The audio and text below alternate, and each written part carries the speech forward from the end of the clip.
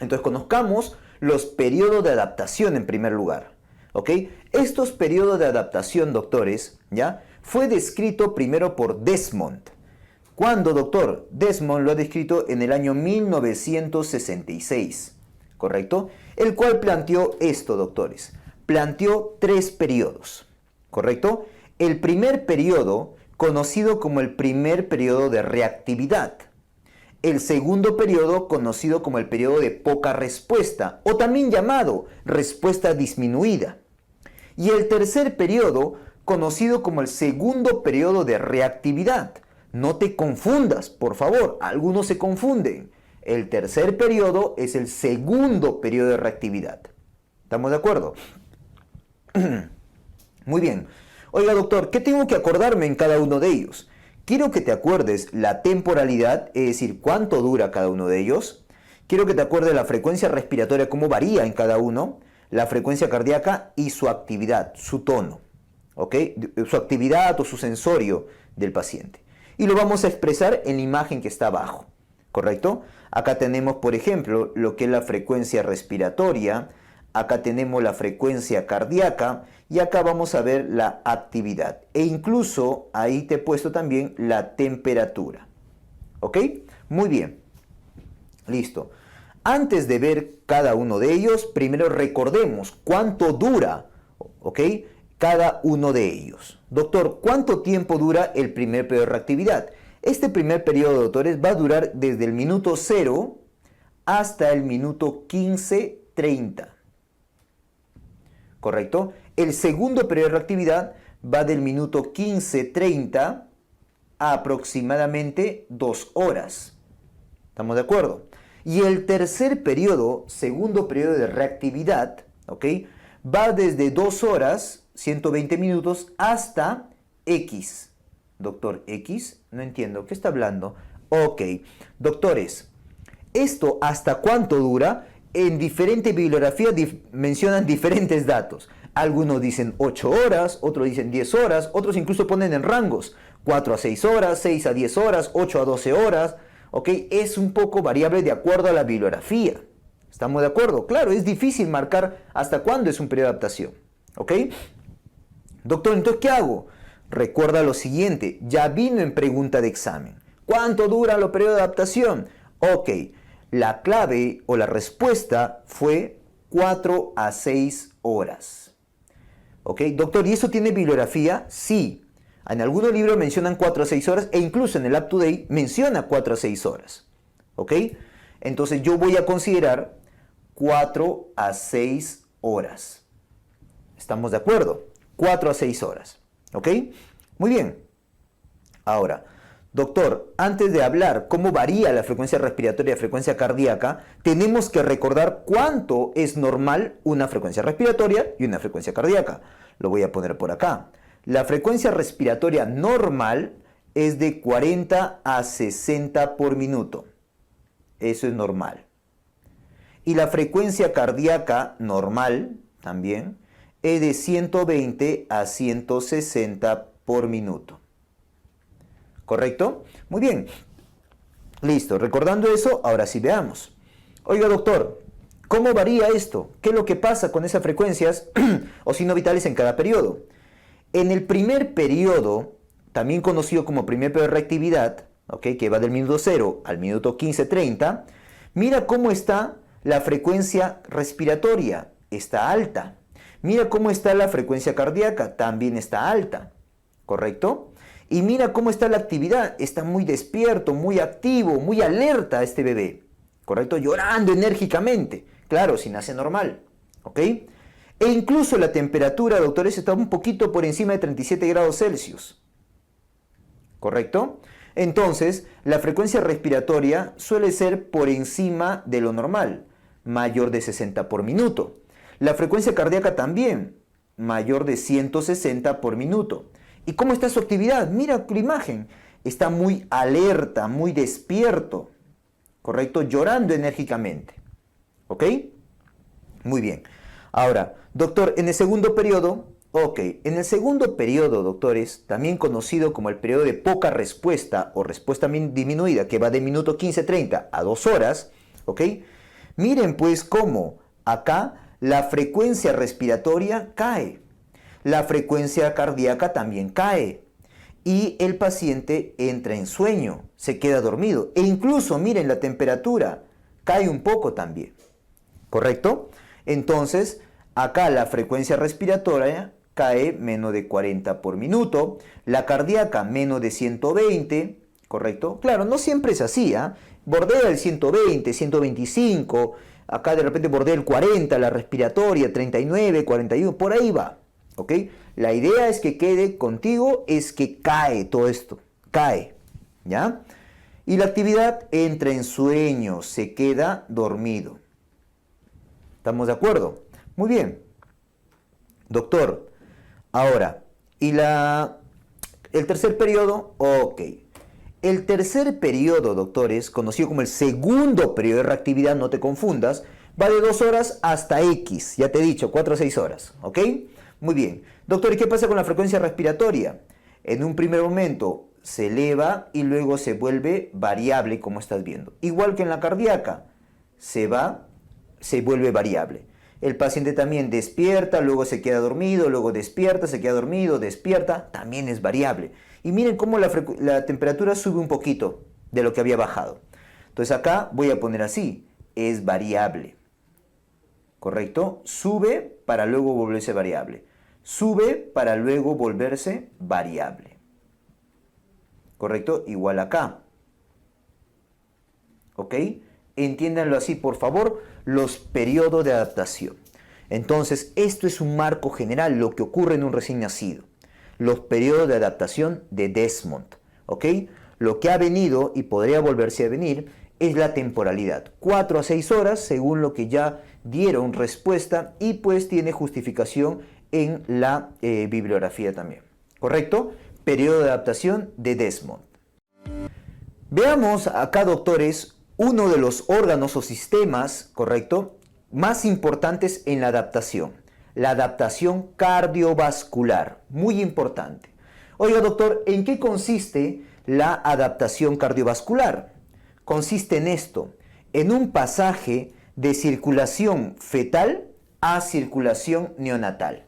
En eso consiste la adaptación cardiovascular, ¿correcto? Ya, doctor, para eso tengo que entender cómo es la circulación fetal, ¿ok? Muy bien, tienes que recordar lo siguiente. La circulación fetal es una circulación en paralelo, ¿ok? En paralelo. Luego te digo por qué. Y la circulación neonatal, que es del adulto también, es una circulación en serie o continua, ¿ok? Pero como, doctor, la circulación fetal es una circulación en paralelo. ¿Por qué? Ok, vamos a aplicar método socrático, el porqué de las cosas, ¿ok? Muy bien. Tenemos que recordar, doctores, lo siguiente. El feto vive hipoxémico. Acá está, mira, hipoxémico. Doctor, ¿hipoxémico? Ah, el feto, ¿ok? Hipoxémico entre comillas. Porque para él, esa PaO2 baja, que para nosotros es baja, para él es normal. Doctor, ¿cuánta PaO2? Ah? 25 a 35 milímetros de mercurio. Esa PaO2 maneja, en promedio obviamente, es variable de acuerdo en qué parte del cuerpo está, pero en promedio, doctores, el PaO2 fetal es de 25, 35 milímetros de mercurio. Bajísimo. Que para ti, ¿ok? Obviamente está sin hipoxemia, pero para el feto está bien y hasta yo diría necesario para mantener la circulación fetal. Entonces, primer concepto, el feto vive hipoxémico entre comillas. ¿Correcto? Muy bien. Doctor, ese bajo nivel de oxígeno, ¿qué hace? Que la resistencia vascular pulmonar aumente, esté elevada, esté alta. Por eso, apúntalo ahí, los fetos tienen hipertensión pulmonar. Doctor, ¿eso es malo? No, es normal. Hipertensión pulmonar. ¿Ok? Más bien, su resistencia vascular sistémica o periférica está bajo. Así es normal una circulación fetal. ¿Estamos de acuerdo? ¿Ok? Muy bien. Listo.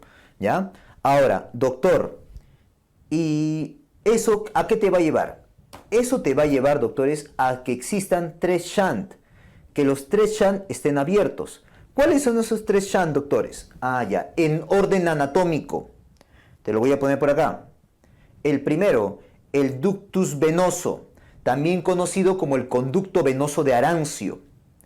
El otro, el foramen oval. Y tercero, el ductus arterioso, o también llamado conducto arterioso. Doctor, ¿dónde se ubica esto? Acá está, mira. Lo voy a agrandar para que lo veas. Miren, esta es la circulación fetal, ¿correcto? Por acá viene, obviamente, el cordón umbilical con la gran vena umbilical que está en rojo porque lleva sangre muy oxigenada. Y las arterias umbilicales, que son 2 normalmente, ¿ok? Que sacan la sangre y está medio rosadito ahí, ¿no? Poco oxigenada.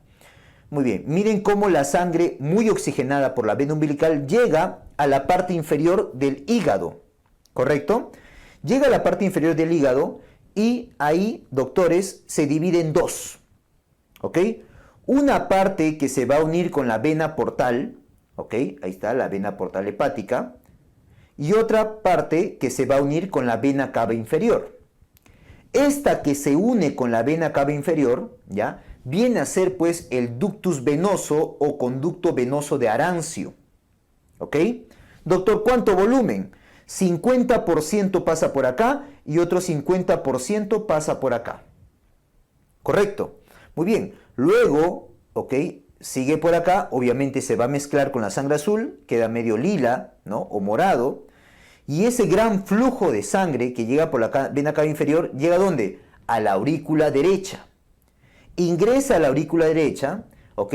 Pero un gran flujo, miren, uno entendería pues que al llegar la sangre a la aurícula derecha, se llena la aurícula derecha, ¿no? Sí, pero espérate. Acá, en la llegada de la vena cava inferior, datito, hay una válvula, conocida como la válvula de Eustaquio. Válvula de Eustaquio.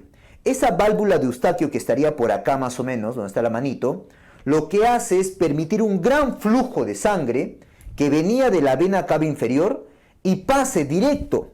¿A dónde? A la aurícula derecha. O sea, la sangre iría así, una gran cantidad de sangre, un gran flujo, iría así, ¡plaj!, acá a la aurícula derecha, y gracias a la válvula de Eustaquio, ¡plaj!, pasa a la aurícula izquierda. ¿A través de quién? Del foramen oval. Ahí está el primer shunt. ¿Está yendo de qué lado a qué lado?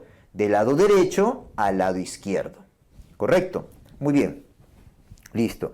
Obviamente habrá sangre que también se quede acá en la aurícula derecha, ¿no? Luego pasa sangre acá al ventrículo derecho, luego acá pasa sangre al ventrículo izquierdo, ¿correcto? Y obviamente son inyectados a través de la arteria pulmonar, pulmonar y la arteria aorta, ¿correcto? Muy bien. Arteria pulmonar y arteria aorta. Ahora, esta arteria aorta, date cuenta que lleva sangre mezclada, ¿ok? Por eso está de color lila, ¿ya? Se va a unir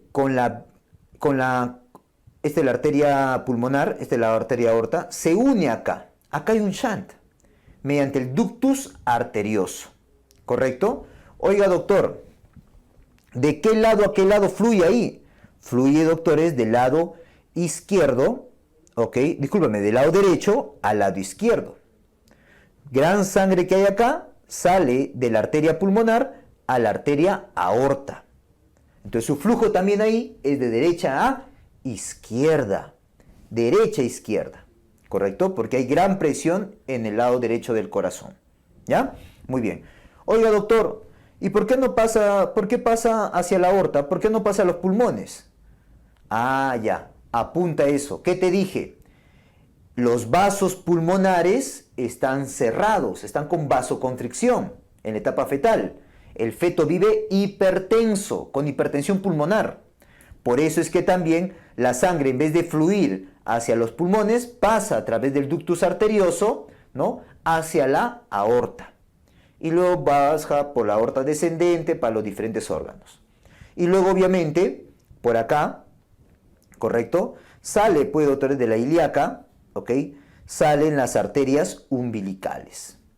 ¿Estamos de acuerdo? Las arterias umbilicales, para que retorne acá hacia la placenta. ¿Estamos de acuerdo? ¿Ok? Muy bien.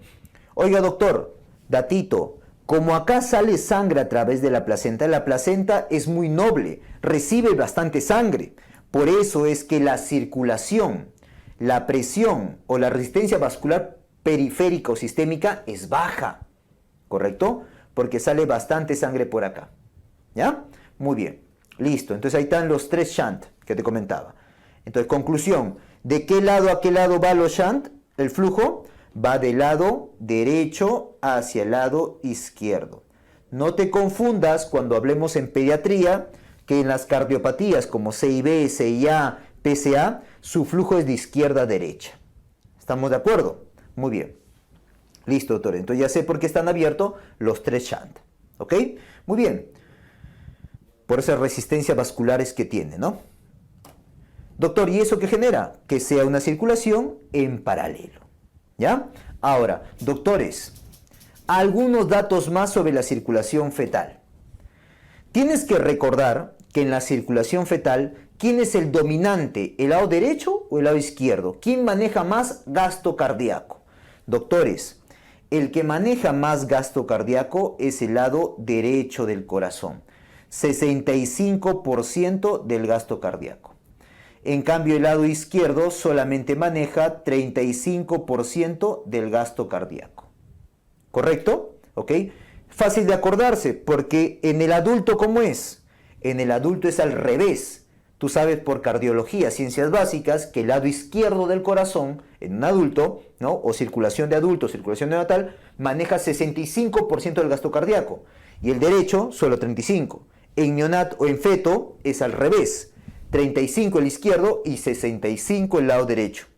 ¿Correcto? Muy bien. O sea, ¿quién maneja mayor volumen de sangre? El lado derecho del corazón. ¿Correcto? Muy bien, por ese tremendo volumen que está llegando desde la vena umbilical. Muy bien, listo. Ahora, algo más a recordar sobre esta circulación fetal, doctores. ¿Ya?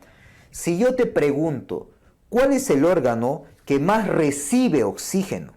¿Correcto? El que más recibe oxígeno.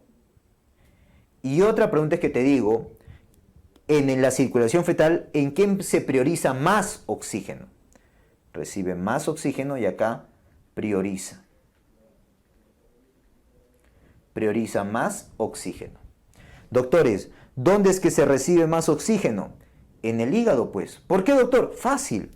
La sangre más oxigenada, ¿por dónde viene? Por la vena umbilical. Claramente estás viendo acá. Mira, por acá viene la vena umbilical bien rojita. ¿Y aquí es el órgano, el primer órgano que recibe eso? La sangre bien oxigenada, el hígado. Por eso el hígado es el primer órgano, ¿ok?, en recibir más oxígeno.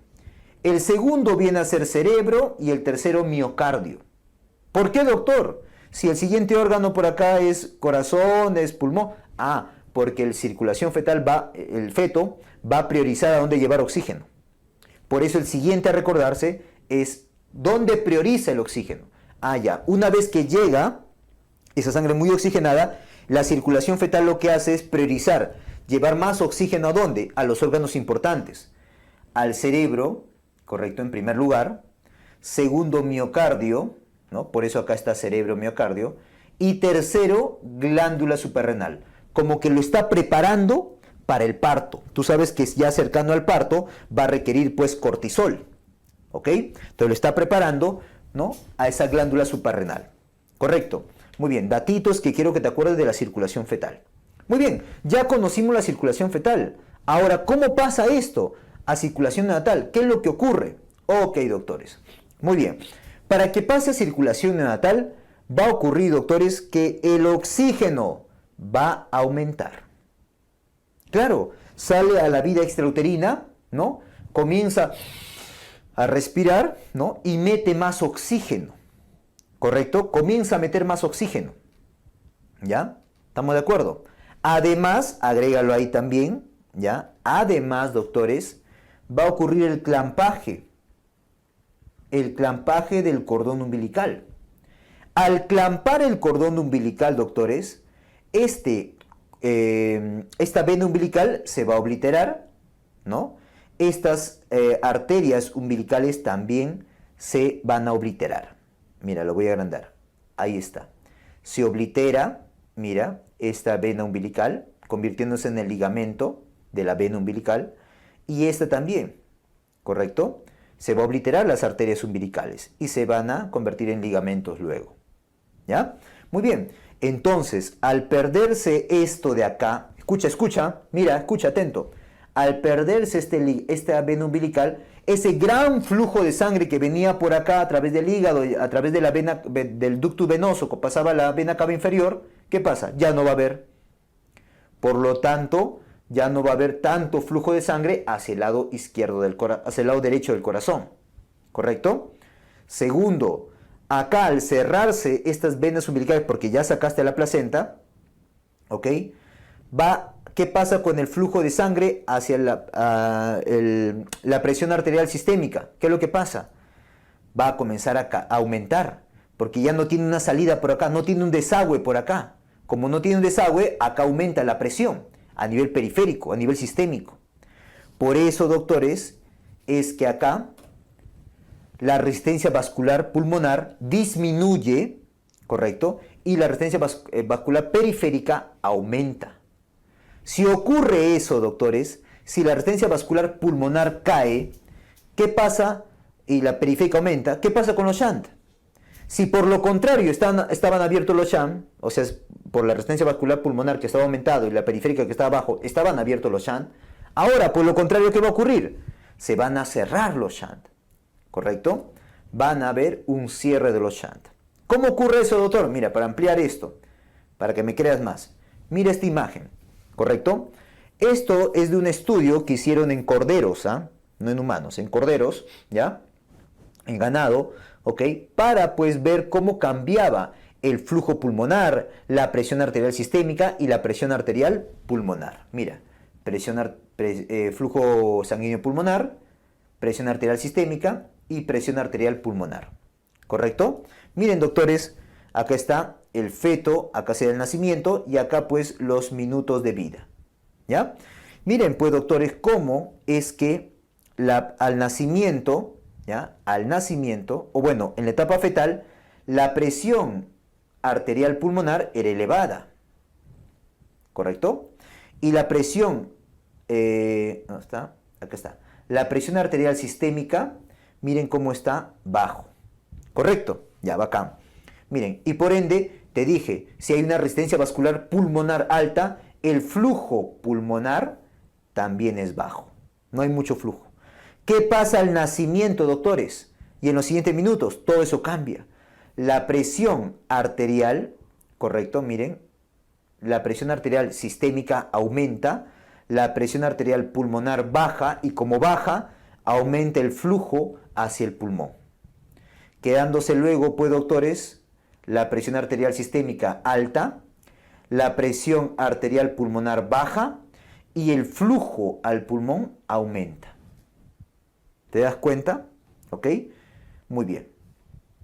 Regresamos. Ahí está. Muy bien, ahí está la resistencia vascular pulmonar que baja, la resistencia vascular periférica o sistémica que aumenta. Doctor, ¿y cómo se dan el cierre de los shunt? Es muy complicado, pero más o menos de la siguiente manera. Miren, doctores, gracias a la ventilación, ¿correcto? Que va a aumentar el PaO2, esa oxigenación que te comentaba, ¿correcto? ¿Qué va a ocurrir? Esa ventilación, ese PaO2, disminuye la resistencia vascular pulmonar. Y por otro lado, aumenta la resistencia vascular periférica, te dije, ¿correcto? Esa disminución de la resistencia vascular pulmonar hace que el retorno venoso pulmonar aumente, ¿correcto? O sea, llega más sangre al pulmón y por lo tanto sale más sangre del pulmón y llega ¿a dónde? Más sangre a la aurícula izquierda, aumentando, pues, doctores, o el aumento de la aurícula izquierda, mejor dicho, aumento de la presión de la aurícula izquierda, ¿correcto? Ese aumento de la resistencia vascular periférica hace que disminuya el retorno de la vena umbilical, ¿no? Disminuye ese retorno de sangre a la vena cava inferior y por ende la presión de la aurícula derecha también cae. Oiga, doctor, si la presión de la aurícula izquierda aumenta y la presión de la aurícula derecha baja, entonces ese shunt del foramen oval que era de derecha a izquierda va a tratar de invertirse y al invertirse se cierra, se cierra ese foramen oval. ¿Estamos de acuerdo? Porque solamente el foramen oval permite el pasaje de derecha a izquierda, de esta manera. ¿Ok? ¿Estamos de acuerdo? Se abre más o menos así. ¿Ok? Y al aumentar la presión en la aurícula izquierda, hace que esto lo empuje y se cierre. ¿Correcto? Por lo tanto, ¿qué ocurre, doctor? Ocurre el cierre del agujero o del foramen oval. ¿Correcto? Ahí está el cierre del shunt. Muy bien. Luego, doctor, también pues, debido a que hay no hay sangre por la vena umbilical porque lo has clampado, ¿ok? Entonces el ductus venoso de Arancio también se va a cerrar, te dije. ¿Correcto? Muy bien, eso también aumentará la resistencia vascular periférica, obviamente. Y al aumentar la resistencia vascular periférica y disminuir la resistencia vascular pulmonar, ¿no? Si aumenta la sistémica, entonces el flujo de sangre, doctores, del lado, mejor dicho, del shunt tipo ductus arterioso, que era de derecha a izquierda, ¿ok? Es decir, de la pulmonar a la aorta, ahora se va a invertir. Primero se invierte, porque la aorta, sistémica me refiero, ¿no? La aorta aumenta su presión y la pulmonar baja. Entonces el flujo que era de derecha a izquierda en el shunt del ductus arterioso se invierte. Entonces ahí está, inversión, ¿no? Del shunt se convierte de lo que era derecha a izquierda, se convierte izquierda a derecha. Y luego, doctores, ocurre el cierre del ductus arterioso. ¿Y sabes quién más apoya eso? Este de acá, el oxígeno. El oxígeno es importante, el aumento del nivel de oxígeno en el recién nacido es importante para el cierre del ductus arterioso. ¿Ya? Muy bien, estos son los eventos que ocurren en el cierre de los shunt. ¿Ok? Muy bien, ahí está. ¿Te das cuenta? ¿Te das cuenta? Va a ocurrir ahora el shunt, el cierre de los shunt. ¿Ok? Doctor, ¿y si se cierran los shunt? Ah, ya. Si se cierra, doctores, entonces la circulación ya no es en paralelo, se vuelve una circulación continua, como estamos viendo ahí. Circulación continua. ¿Ya? Muy bien. Este es importante a reconocer. Aplicación clínica de esto. Te acordarás que el síndrome de aspiración de líquido meconial, el famoso SALAM, ¿se acuerdan? Muy bien. ¿Te acuerdas cuál es la complicación más grave del SALAM? Escucha, la hipertensión pulmonar persistente. ¿Y cuándo ocurre eso? Cuando hay un SALAM grave. ¿Y cómo haría un SALAM grave? Doctores, el SALAM tú sabes que es la aspiración del meconio. Digamos que entra tanto meconio, doctores, que oblitera una gran parte del pulmón. ¿Ya? Si oblitera una gran parte del pulmón, lógica, cuando comience a respirar el bebé, ¿ok? Dime, ¿va a entrar aire? No, doctor, no va a entrar. Por lo tanto, no se oxigena el bebé. Si no se oxigena, vamos a hacer aplicación clínica. Si no se oxigena, doctor, vamos a poner acá. Ahora sí. Si no se oxigena, ¿ok? ¿Qué es lo que pasa? ¿Las resistencias vasculares pulmonares van a cambiar? ¿La resistencia vascular sistémica va a cambiar? No, doctor. ¿Se van a cerrar los shunt? No, doctor. Si no se cierran los shunt, ¿la circulación será continua? No. Se mantendrá una circulación en paralelo. Se va a mantener una circulación en paralelo, como si fuera una circulación fetal. ¿Ok? Y la resistencia vascular pulmonar va a seguir elevada. Por eso, ¿cómo se llama esa patología? Hipertensión pulmonar, que ya lo tenía en etapa fetal. Por eso le llaman hipertensión pulmonar persistente, también llamado circulación fetal persistente. ¿Se entiende? ¿Ok? Muy bien. Aplicación clínica de esto, ¿qué te parece? ¿Ya? Muy bien. Eso era pues con respecto a la adaptación cardiovascular. ¿Estamos de acuerdo? Miren ese pasaje de circulación fetal a una circulación neonatal o bueno, de adulto también le puedes decir. ¿Ok? Muy bien, excelente. De líquido pulmonar, ¿ya? Eliminación de líquido pulmonar. Y 2, la primera respiración. ¿Correcto? Muy bien, veamos eso. Miren, doctores, primero veamos la eliminación de líquido pulmonar, ¿ya? Para eso tienes que entender que normalmente hay líquido en el pulmón. ¿Y cómo se llena eso? Muy bien. Veamos esta línea del tiempo, doctores. ¿Ya? La etapa temprana de la gestación, la etapa más tardía de la gestación, llega a término. Este es el momento preparto, este es ya el parto, acá se da el nacimiento y acá la etapa postnatal. ¿Correcto? Muy bien. Miren, doctores, normalmente esta llenada de líquido, ¿ya? De líquido pulmonar, ¿ya? Esto que se va llenando, ¿ok? ¿Gracias a quién pasa ese líquido, ese agua? ¿Gracias a quién? Acá, gracias a esto, a los canales de cloro. En los neumocitos, abajo están los neumocitos por si acaso, ¿eh? Acá abajo están los neumocitos y abajo está la circulación pulmonar, ¿ya? Muy bien. Doctores, en la etapa fetal, ¿no? En la gestación temprana, gestación tardía, lo que ocurre es que se activan los canales de cloro. Como se activan los canales de cloro, sale cloro hacia el espacio alveolar. Al salir cloro hacia el espacio alveolar, doctores, por gradiente jala sodio. Y al jalar sodio, acá está cloruro, acá está sodio, por gradiente va a jalar agua. Jala agua. Y comienza a llenarse de líquido el pulmón. ¿Correcto? Entonces, para que se llene de líquido el pulmón, ¿quién es importante? Los canales de cloro. ¿Estamos de acuerdo? Muy bien. Ya en la gestación tardía, doctores, ya se llega más o menos, ¿correcto? En la segunda mitad del embarazo, ¿no? Al máximo que va a llegar esta llenada de líquido pulmonar. Esta llenada de líquido pulmonar, por cierto, doctores, va de la mano con el desarrollo del aparato respiratorio, del aparato pulmonar, de los pulmones, ¿correcto? Conforme va aumentando el tamaño de los pulmones, se va llenando de líquido, ¿ya? Muy bien.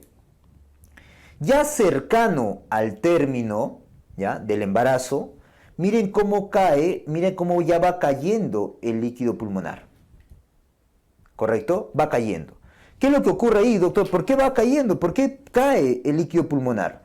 Ah, ok.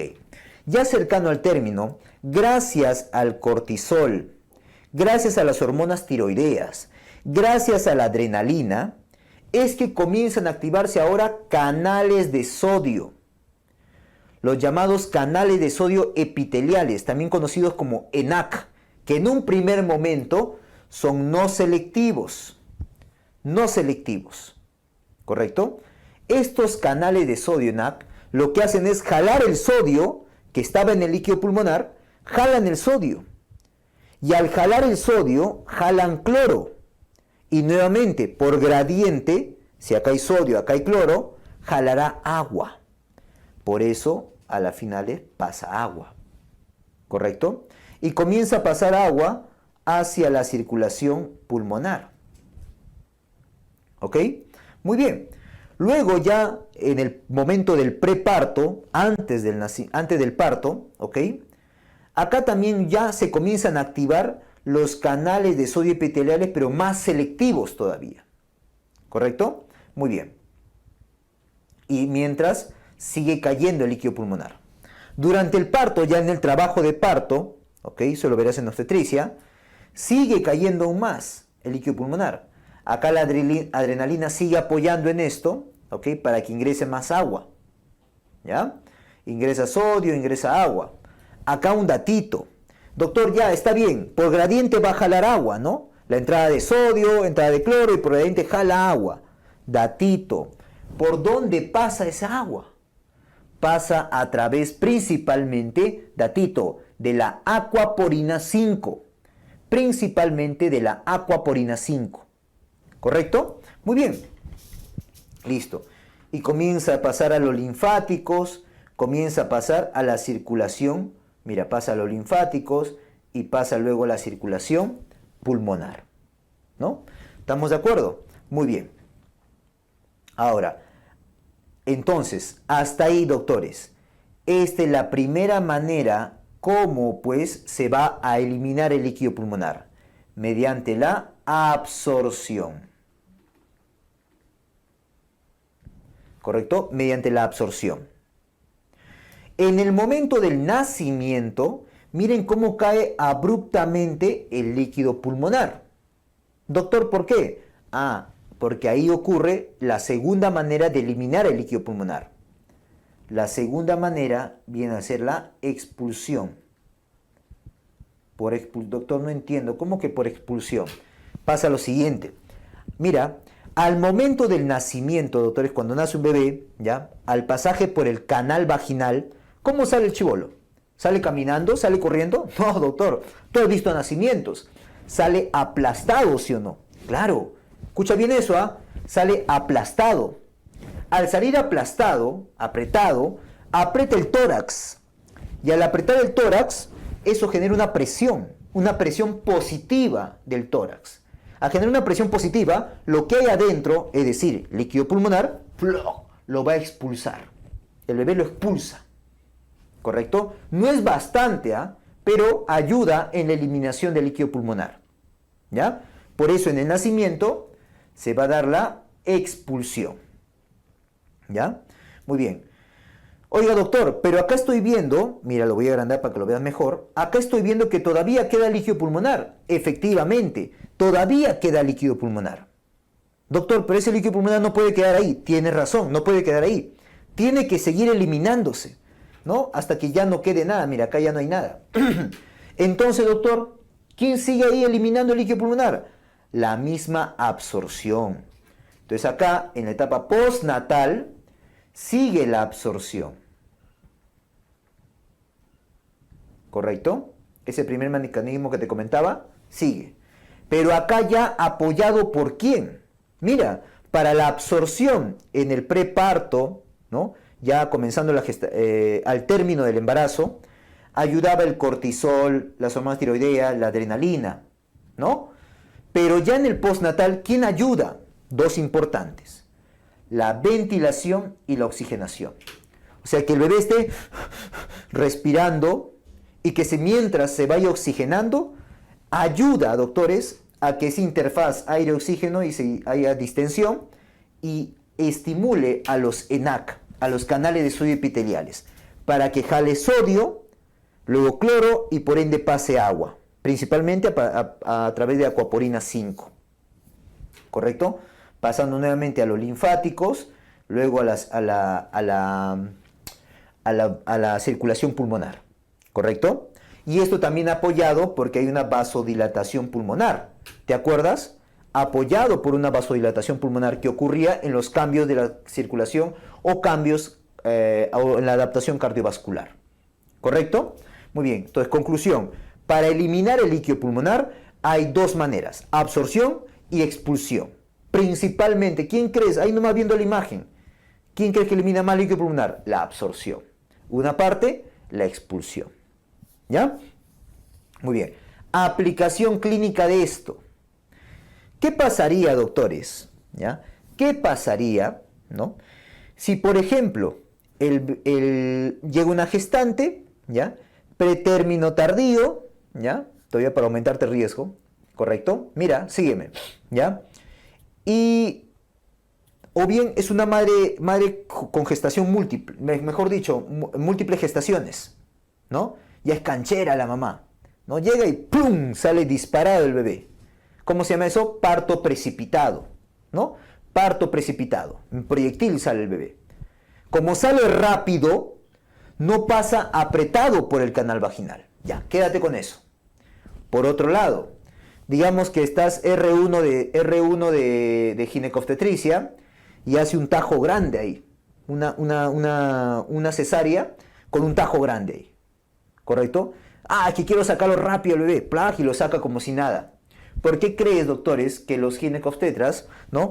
Cuando hacen su tajo, lo hacen pequeño? Tú no habrás visto alguna vez, pucha, ¿por qué no lo saca? ¿Por qué sufre para sacarlo el bebé? Porque quieren imitar el parto vaginal. ¿Correcto? Entonces, si sale muy rápido por la cesárea, ¿ya? Sale muy rápido, no sufre ese aplastamiento. Entonces, mira, en la cesárea no sufre el aplastamiento del tórax. En el parto precipitado, parto vaginal precipitado, no se aprieta el tórax. No se aprieta el tórax, no se aprieta. Si no se aprieta el tórax, dime, ¿habrá una adecuada expulsión del líquido pulmonar? No. Por lo tanto, queda más líquido del que debió quedar. Mira, queda más el líquido acá del que debió quedar. Y al quedar más líquido, doctor, pero acá todavía está la absorción. Claro, va a absorberse, apoyado por la ventilación y la oxigenación. ¿Correcto? Va a absorberse, pero se va a demorar. Va a haber una demora en la absorción. Y como el bebé sabe, escucha, el bebé recién nacido sabe que mediante la ventilación apoya esta absorción, entonces el bebé ¿qué hace? Comienza a ventilar rápido, para ventilar más. Listo, ¿cómo se llama esa patología, doctores? Taquimia transitoria de recién nacido. Taquimia, porque va a ser respiración más rápida. Transitoria, porque este líquido al final se va a terminar de absorber, ¿correcto? Y bueno, de recién nacido. Aplicación clínica de esto. ¿Te das cuenta? ¿Ya? Esta es la eliminación del líquido pulmonar. Uno de los dos que debes acordarte en la adaptación respiratoria. Primero el detalle. Miren, doctores, acá ocurre, ¿ya?, lo siguiente. Tiene que haber estímulos internos y estímulos externos. ¿Estamos de acuerdo? Los estímulos internos son los cambios químicos. Doctor, ¿qué son los cambios químicos? El oxígeno, el CO2, el pH. ¿Ya? Y los externos, sensoriales, ¿correcto? Térmicos y mecánicos. Sensoriales cuando lo tocas. Térmico, mejor dicho, es por el cambio de temperatura de una vía intrauterina a una vía extrauterina. Y mecánicos son por el aplastamiento y relajación que sufre el tórax cuando pasa a través del canal vaginal.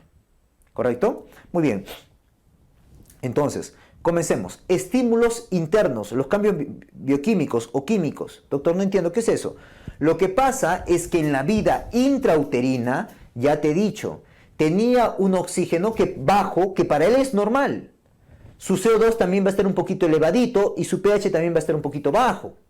Entonces, ese oxígeno bajo, PCO2 un poquito elevado y pH un poquito bajo, ¿correcto? Al nacimiento, ahí ni bien nace, que para el feto era normal, al nacer, doctores, eso ya no es normal, porque está en la vida extrauterina, eso tiene que cambiar, ¿no? ¿Ok? Entonces, eso que está normal ahí en ese momento, activa los quimiorreceptores. ¿Correcto? Son reconocidos por los quimiorreceptores. Y eso manda un estímulo, doctores, al centro respiratorio, al bulbo raquídeo. ¿Correcto? Manda un estímulo al centro respiratorio. ¿Para que comience su ventilación? ¿Estamos de acuerdo? Muy bien. Eso además, doctores, hará que se contraiga el diafragma, obviamente, y se dé su primera respiración.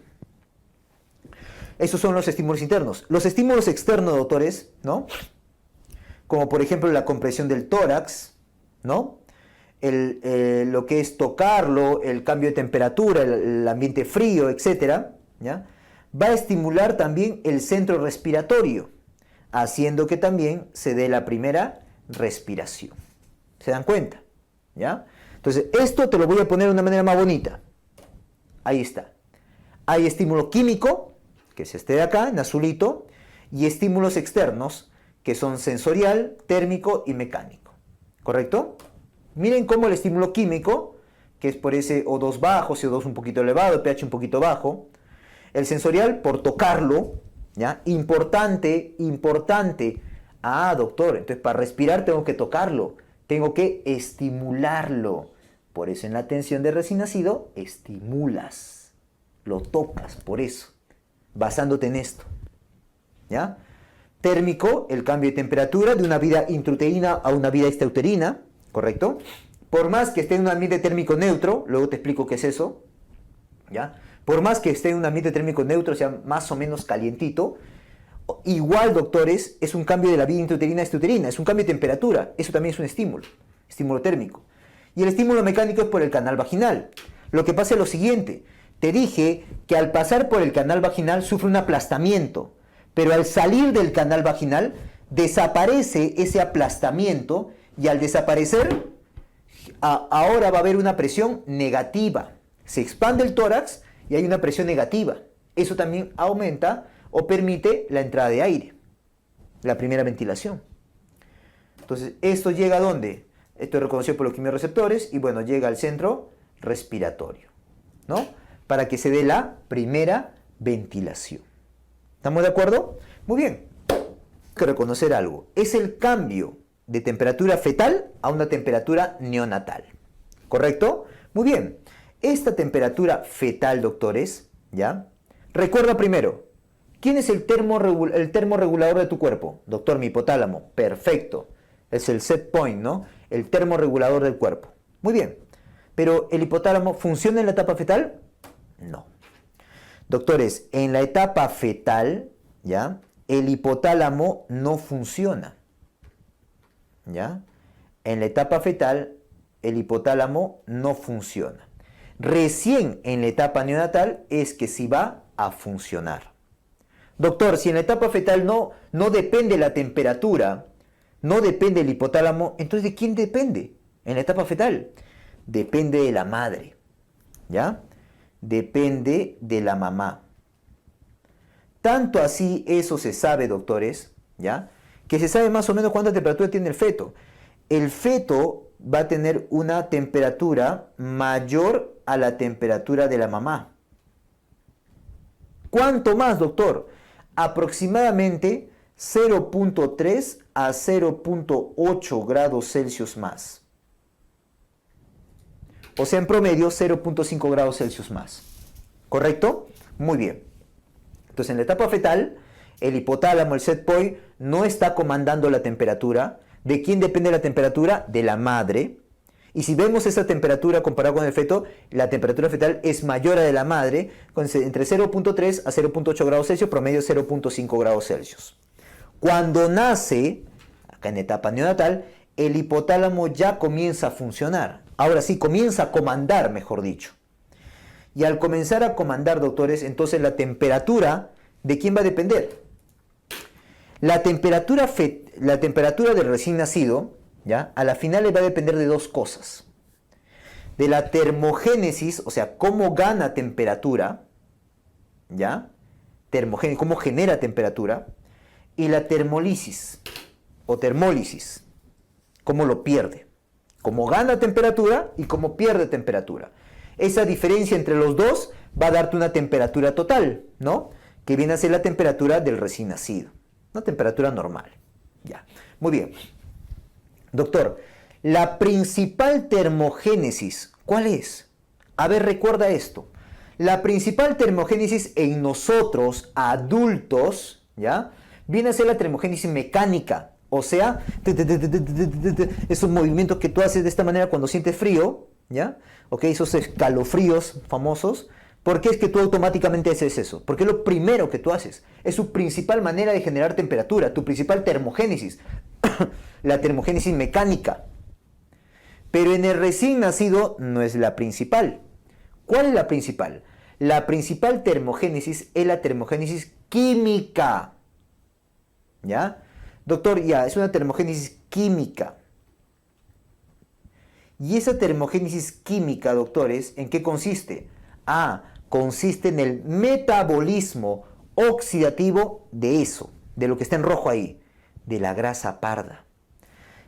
¿Correcto? Consiste en el metabolismo, ¿correcto? Oxidativo de la grasa parda. Por cierto, esa grasa parda, ¿dónde la ubicamos? Apúntalo, la ubicación de la grasa parda. Como estás viendo en la imagen, cuello, voy a agrandarlo para que lo veas, ¿correcto? Ahí está.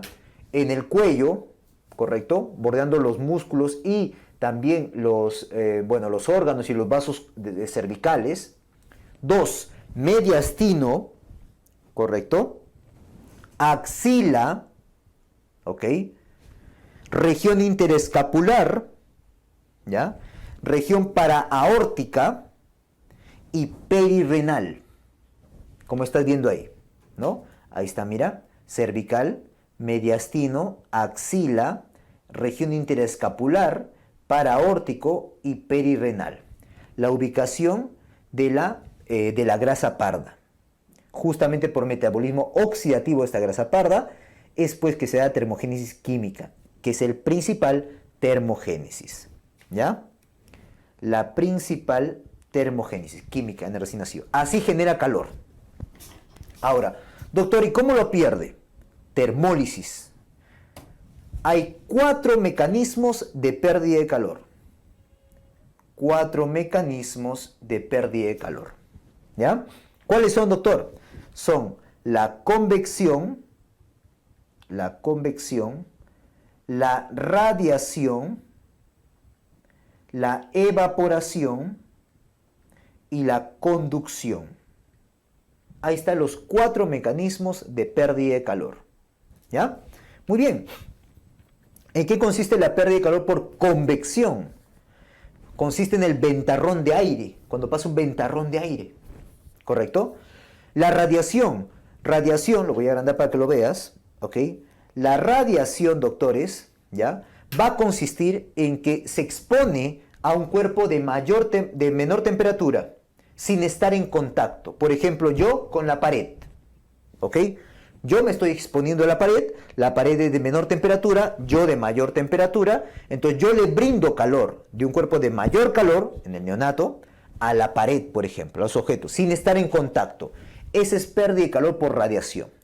La pérdida de calor por evaporación es cuando está mojado, en este caso con el líquido amniótico, ¿correcto? Así se va evaporando, se va perdiendo calor. Y conducción es la pérdida de calor de un cuerpo de mayor temperatura a un cuerpo de menor en temperatura, pero estando en contacto. Conducción. ¿Ya? Muy bien. Ahora, doctor, justamente conociendo esto es que yo hago ciertas cosas en mi atención del recién nacido. Por ejemplo, ¿cómo yo evito la pérdida de calor por convección? Esta yo lo voy a evitar tapándolo, cubriendo al recién nacido. Por eso es que lo tapas. Por eso que las puertas y ventanas tienen que estar cerradas. ¿Te acuerdas cuando cuando entrabas a sala de atención inmediata, ¿no? La licenciada que te dicen, cierra la puerta, te gritan. ¿Sí o no? Ya pues, es justamente por eso, porque ellas saben que puede haber una pérdida de calor por convección. Por radiación, doctor, ya. ¿Cómo yo evito la pérdida de calor por radiación? Cubriendo al paciente, cubriéndolo, correcto, tapándolo, o también, doctores, con la cuna radiante. Si no hay plata, con un foco aunque sea. ¿Ya? La evaporación, ¿cómo yo lo evito? Yo lo voy a evitar la evaporación secando, por eso es que lo seco, no es por gusto, secando al recién nacido. ¿Ya? Y conducción, doctores, ¿cómo yo lo evito la pérdida de calor por conducción? Con la toalla precalentada. Por eso te acordarás en la atención inmediata, porque es que calentabas la toalla con la cual recibías al recién nacido. ¿Correcto? Muy bien. Datito, aumenta tu nivel. Doctor, de estos 4 mecanismos, ¿cuál es el más importante en los primeros minutos de vida? La evaporación es el más importante en los primeros segundos o minutos de vida. Por eso es que lo secas adecuadamente. ¿Estamos de acuerdo? Muy bien. Acá tenemos la glicemia, por acá el tiempo de vida. ¿Estamos de acuerdo? Muy bien. Normalmente, doctores, en la vida intrauterina, el chibolo está tranquilo así, el feto, ¿ah? El feto está tranquilo ahí como si nada, ¿correcto? Tranquilazo. Él no tiene que generar glucosa, él no tiene que comer, todo se lo da a la madre. A través del cordón umbilical, para ser más exactos, a través de la vena umbilical, es que le pasa bastante glucosa, ¿correcto? Datito, la glicemia del feto es 60-80% la glicemia de la madre, por si acaso. ¿Ya? Datito. Bueno, recibe constantemente glucosa. ¿Ok? Él no tiene que generar y no tiene que comer. Estoy hablando del feto, ¿ah? ¿Ok? Muy bien. Por lo tanto, en el feto, ¿dónde hay glucosa? Habrá glucosa recorriendo la sangre y obviamente glucosa que no está utilizando lo guarda en su depósito, en el hígado. ¿Correcto? Muy bien. Listo. Pero ¿qué ocurre al nacimiento, doctor? Ocurre el clampaje del cordón umbilical, un cese abrupto de ese suministro constante de glucosa. Entonces, digamos que el bebé, ¿ya?, nace con este nivel de glucosa, ¿ya? Acá se da el nacimiento, ¿ya? nacimiento. Digamos que nace con este nivel de glucosa, ¿correcto? Y digamos que no le doy leche. Escucha bien, ¿ah? No le doy leche. Agarro un bebé, nace ya, ok, no te voy a dar leche. Ya, doctor, ¿qué pasa con ese bebé? Obviamente, ¿qué es lo primero que va a comenzar a gastar? Lo que está recorriendo en la sangre o su depósito. Obviamente, lo que está recorriendo en la sangre. Entonces, ¿qué pasa con esa glucosa? Comienza a caer. Mira cómo comienza a caer esa glucosa. Estoy hablando de un bebé que no le doy leche, ¿ah? Para que entiendas la adaptación, ¿ya? Pero normalmente, si es un bebé sano, sin factores de riesgo, él solito se adapta. Macho, ¿correcto? Solito, ¿ya? Baja tanto la glucosa, puede bajar, y llega hasta su bajada máxima. Y luego de esta bajada máxima, nuevamente sube, como si nada hubiera pasado. Sin darle leche, ¿eh? Mismo macho alfa, domador de dragones, el lomo plateado.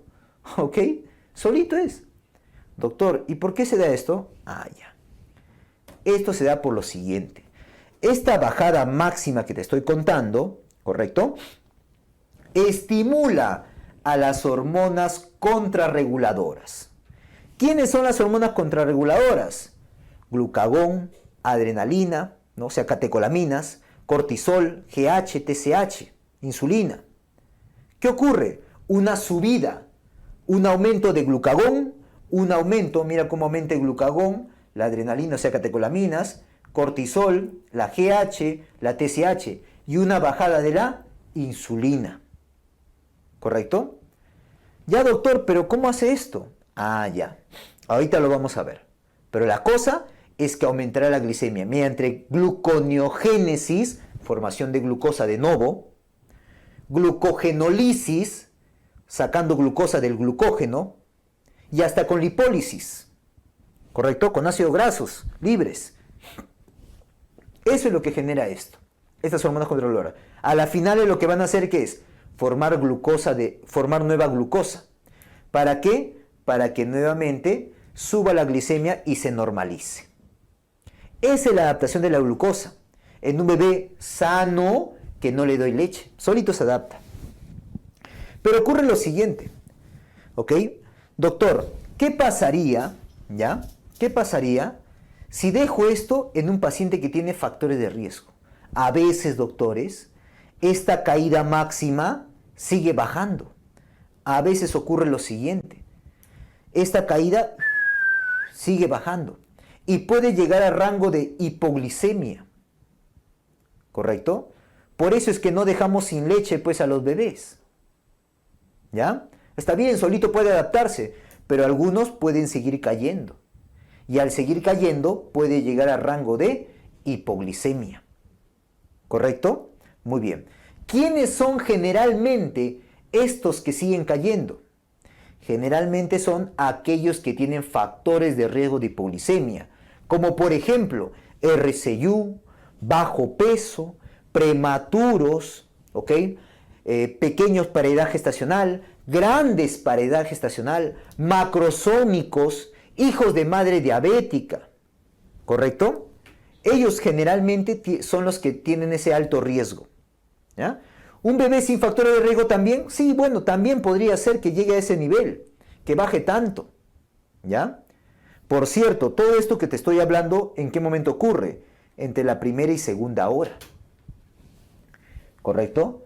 Por ese motivo, también, cuando veamos hipoglicemia neonatal, es que te voy a decir, cuando tienes pacientes con factores de riesgo de hipoglicemia, tienes que pedirle hemoglucotés. ¿Cuándo? A la hora, 2 horas de vida. ¿Correcto? ¿Ya? Porque es el momento en donde cae más. ¿Te das cuenta? Aplicación clínica. ¿Ya? Aplicación clínica de esto. Oiga, doctor, pero la mayoría son sanos. Sí, pues ya pues, no hay que darle leche. No, porque un sano también podría caer su glicemia. Tú no sabes. Por eso, para evitar aplicación de esto, por eso, para evitar ese riesgo de que siga cayendo más la glicemia, doctores, es pues que se propone la lactancia precoz en la atención de recién nacido. ¿Qué te parece? ¿Correcto? Muy bien, ahí está la explicación de esto. Oye, doctor, me dijo que me iba a contar, ¿no? Me iba a contar cómo estos de acá me llevan a una normoglicemia. A una normoglicemia. ¿Cómo se genera eso, doctor? Para verlo más a detalle. Mira, esto es lo que está ocurriendo. Esas hormonas contrarreguladoras, la bajada de la insulina, aumenta la producción endógena de insulina, obviamente, ¿correcto? Y disminuye la utilización periférica de insulina, ¿ya? Obviamente eso va a llevarte a la normoglicemia, a mejorar la glucosa. Por otro lado, la subida de glucagón, de catecolaminas tipo adrenalina, cortisol, GH y TSH, te van a estimular la glucogenólisis, o sea, la ruptura del glucógeno, para liberarte glucosa. Por otra parte, también estimularán la gluconeogénesis para formar glucosa de nuevo, aumentando liberación de glucosa. ¿Ok? Y por otro lado, también, doctores, aumenta la lipólisis y la oxidación lipídica. ¿Correcto? Eso va a hacer dos cosas. Aumentar los ácidos grasos libres, por ende la cetogénesis, también llevándote a normoglicemia. Aumentará el glicerol, también llevándote a normoglicemia. Y ahí está todos los eventos que ocurren. Entonces, este es más a detalle. ¿Correcto? Por si te quieren tranquear. ¿Hay lipólisis o no? Sí hay lipólisis. ¿Correcto? ¿Hay oxidación lipídica? Sí hay oxidación lipídica, aumenta. Formación de nuevos ácidos grasos libres también, que ayuden en la normoglicemia. ¿Qué te parece? Esa es la adaptación de la glucosa.